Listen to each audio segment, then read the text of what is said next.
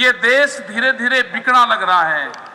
इस देश को बचाना है तो कंपनी की सरकार को यहां से जाना होगा। ये सरकारें व्यापारियों के हाथ में आ जाएं और कंपनियां सांसद को चलाएगी तो फिर वो बातचीत नहीं करती, उससे व्यापार प्रभावित होता है।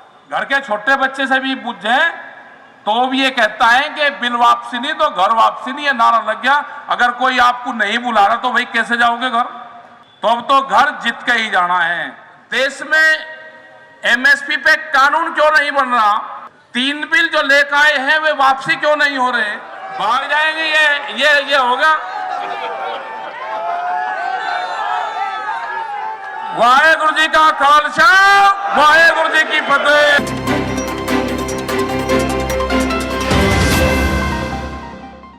देखो, जब यहाँ पे आए हैं, अगर बंगाल में हम आए तो पत्रकार जरूर पूछेंगे कि जी बंगाल की बहुत चर्चा हो रही, बंगाल में क्यों जा रहे हो?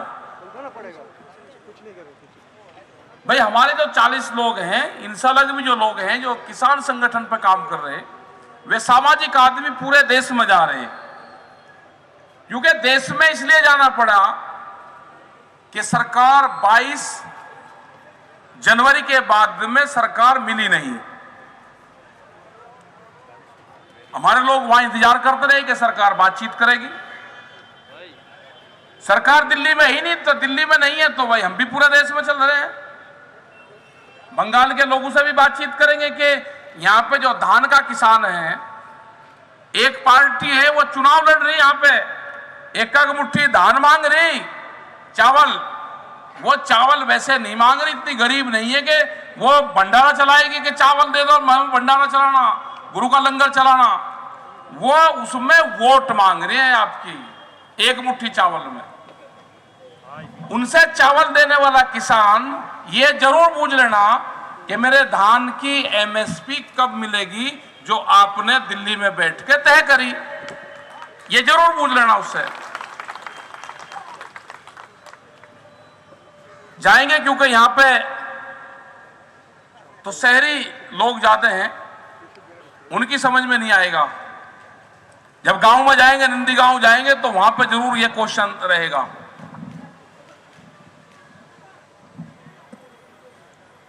पूरे देश का एक बड़ा मामला दिल्ली में चल रहा।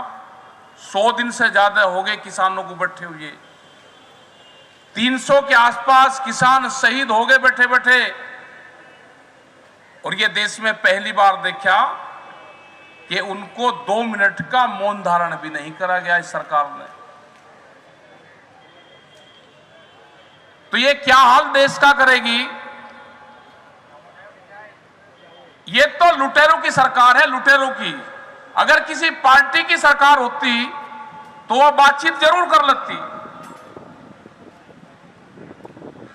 क्योंकि जब जब भी किसी पार्टी की सरकार हुई तो उसने बातचीत किसानों से जरूर करी।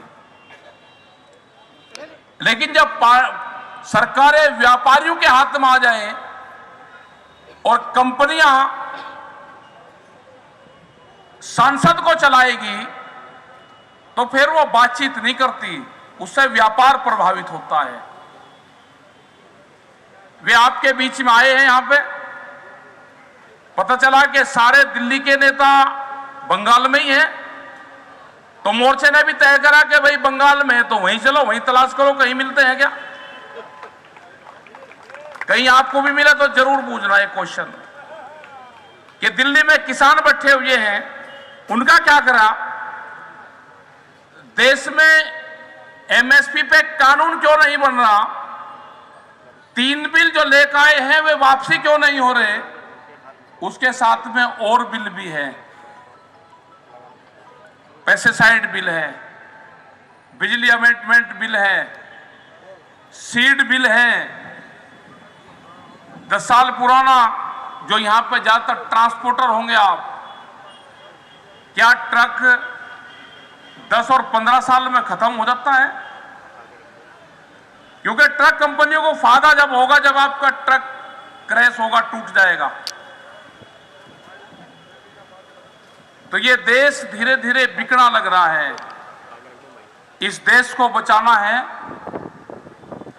तो कंपनी की सरकार को यहां से जाना होगा। ये क्रांतिकारी की जगह है जो बंगाल है ना, यहां पे पहले भी कंपनी का राज हुआ। अंग्रेज ने भी जब शासन करा तो बंगाल में उन्होंने राजधानी बनाई पहले, और कंपनी थी, कंपनी से वे सरकार में शामिल हुए। ये भी दोबारा वही लोग हैं, वे गोरे अंग्रेज थे, ये हमारे ही बीच से निकल कर आगे, उन्हीं कंपनी से इनका समझौता है। पूरे सेक्टर बेच दिए, सब विभाग बिक गए। अगर आंदोलन ना होता तो हम लोग को रेल के रूट बन गए थे, इसलिए रेल नहीं चल रही। रेल कोई कोरोना से नहीं बंद हो रही, रेल के रूट बिक गए पूरे, वे तय होने कंपनी को दे दिए पूरे के पूरे। तो अगर देश को बचाना है तो जिस तरह की ये सरकारें हैं उसको हटाना पड़ेगा। आप वोट जिसको दे लेना, लेकिन इन ठगी सरकारों से बचना पड़ेगा। ठगी सरकारों से बचना पड़ेगा इनसे। इन्हें पूरे देश को बर्बाद करा है, और खास करके किसान बिरादरी। जब व्यापारी, जब कंपनियां अनाज खरीदती है तो जब अपने आप भाव लगाती है, जब वो बेचती हैं जब अपने आप भाव लगाती है, भैया किसान और कंज्यूमर कहां जाएगा? ना ये लेते भाव लगा सकता और ना ये देते भाव लगा सकता। तो कौन सी पॉलिसी है? ये आंदोलन आपको करना पड़ेगा। किसान हैं हमारे पूरे जो लीडर हैं, उन्हें पूरा मोर्चा संभाल रखा है। हम जब भी जो भी विभाग हमको मिलता है वो एक ही चीज कहता है कि जी हटना नहीं, पीछे हट मत जाना। तो इसका मतलब है कि सारे विभाग, सारे डिपार्टमेंट तंग हैं। 2022 तक रेलवे के 4.5 लाख कर्मचारी हटाए जाएंगे। टेलीफोन डिपार्टमेंट खत्म हो गया, हवाई जहाज में बिक गए, एयरलाइंस इतनी थी वे जाली, एयरपोर्ट बिक गए, बचेगा क्या? उन्होंने सोचा कि भूख पे व्यापार करो, अब अनाज पे व्यापार करो। बड़े बड़े गोदाम पहले बन गए और देश में कानून बाद में आया। उनका मकसद था कि देश के अनाज को इकट्ठा करो, आदमी को भूख कितनी लगेगी उसके आधार पे कीमतें तय करो। और यहां पे मजदूर, ये किसान, 3 चीज बनेंगे जो आम जनता होगी। यहां पे मजदूर बचेगा, रोटी खाने वाला आदमी बचेगा और वोटर बचेगा। 3 साल अलग नहीं बचने वाला कुछ भी, सब जाएंगे। बड़ी बड़ी कंपनियां आएगी, उनके हाथों में जाएगा सब। यह आंदोलन चल रहा है कि रोटी को बाजार की वस्तु नहीं बनने देना, रोटी को तिजोरी में बंद नहीं होने देना। यह आंदोलन है पूरी दुनिया में, आंदोलन भारत में चल रहा है, पूरी दुनिया में कानून बन रहे हैं कि भूख पे पूरी दुनिया में व्यापार नहीं होगा। तो यह आंदोलन के साथ में आप लोगों को आगे चलना। हमें नहीं पता इलेक्शन में क्या होगा। भारत सरकार जब तक बातचीत नहीं करेगी, जो हमारे इशू हैं, जो हमारे गठबंधन के लोग हैं, जो 40 लोग हैं कमेटी के, उनसे बातचीत नहीं करेगी, ये आंदोलन जारी रहेगा और पूरे देश भर में हम जाएंगे, अपने इशू के साथ में जाएंगे देश भर में। जो भी लोग आंदोलन में आएंगे उनको नुकसान बहुत हो रहा है, लेकिन एक भी आदमी टूटेगा नहीं।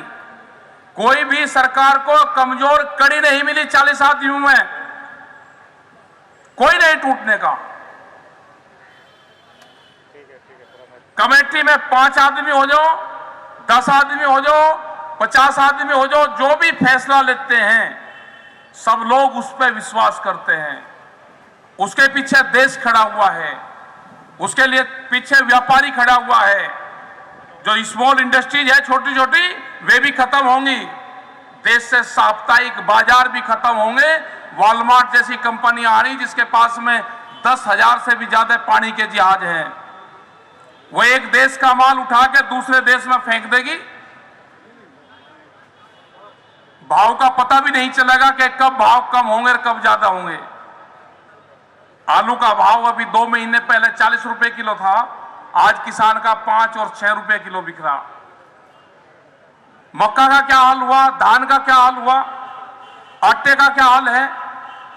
लेकिन किसान को नहीं मिलेगा, ना कंज्यूमर को मिलेगा। हमको बीच का जो ये जो कंपनी बीच में आ रही है, इसको हटाना है। जो सरकार चला रही है उसको हटाना पड़ेगा। तो आप लोग, क्योंकि यहां पे प्रेस के लोग भी हैं, तो ये जरूर ये क्वेश्चन आएगा कि आप यहां पे तो चुनाव है और आप नॉन पॉलिटिकल है, तो बिल्कुल सब लोग कहे कि वो है कि भाई हम बीजेपी के लिए तो वोट मांगने आए नहीं, बीजेपी को तो आपको वोट देना ही नहीं, और दूसरे को आप देख लेना जिसको देना, जो आपको ठीक लगे उसको दे देना। जब तक सरकारें हमारे से बात नहीं करेगी, हमारी बात नहीं मानेगी, पूरे देश में ये लोग जाते रहेंगे। रोज 10 से 15 मीटिंगें हो रही है रोज। सरकार कह रही कि ये बात करेगी नहीं, मगर नहीं करेगी, भाई सर्दी में कर लेगी बात। हमने तो 8 महीने लोग का उत्साह का प्लान बना रखा है। अभी जब भी सरकार बात करेगी जब भी कर लेगी। पक्के मकान बनने शुरू हो गए वहां पर, सड़कों के ऊपर पूरे लग गए। आगे बरसात आएगी उसका भी इंतजाम करना पड़ेगा, उसके आगे फिर सर्दी आ जाएगी फिर करना पड़ेगा। लेकिन सर्दी लोग को निमट जाएगा केस, सर्दी लोग को निमटा जरूर देंगे मामले को, सर्दी लोग को आर पार हो जाएगी। तो ये है कि आप अपना जुड़ो, अपने भाई काम करो, सब लोग अपने लोगों से यहां पर हो तो बात करो, दूसरे स्टेट में उसमें भी बात करो। और ये भी बातचीत का पता चला कि यहां के लोगों ने खाप पंचायत से मदद मांगी कि हरियाणा की खाप पंचायत हमें मदद दे दे यहां पे। तो बहुत लोग आ रहे यहां पे मांग के, उत्तर प्रदेश से, हरियाणा से, दिल्ली से। पता चला कि सबका यही है कि हमको भी बंगाल जाना, भाई जाना तो पता बताएंगे सारे लोग बैठे, और मिल गई पूरी टीम, आते रहो अपना ट्रेन में बैठ बैठ के आते रहो, उन्हें गांवों के रास्ते बता देना, करते रहेंगे वे जो करना उनको। तो आप लोगों ने बातचीत सुनी यहां पे, आपका सबका धन्यवाद है।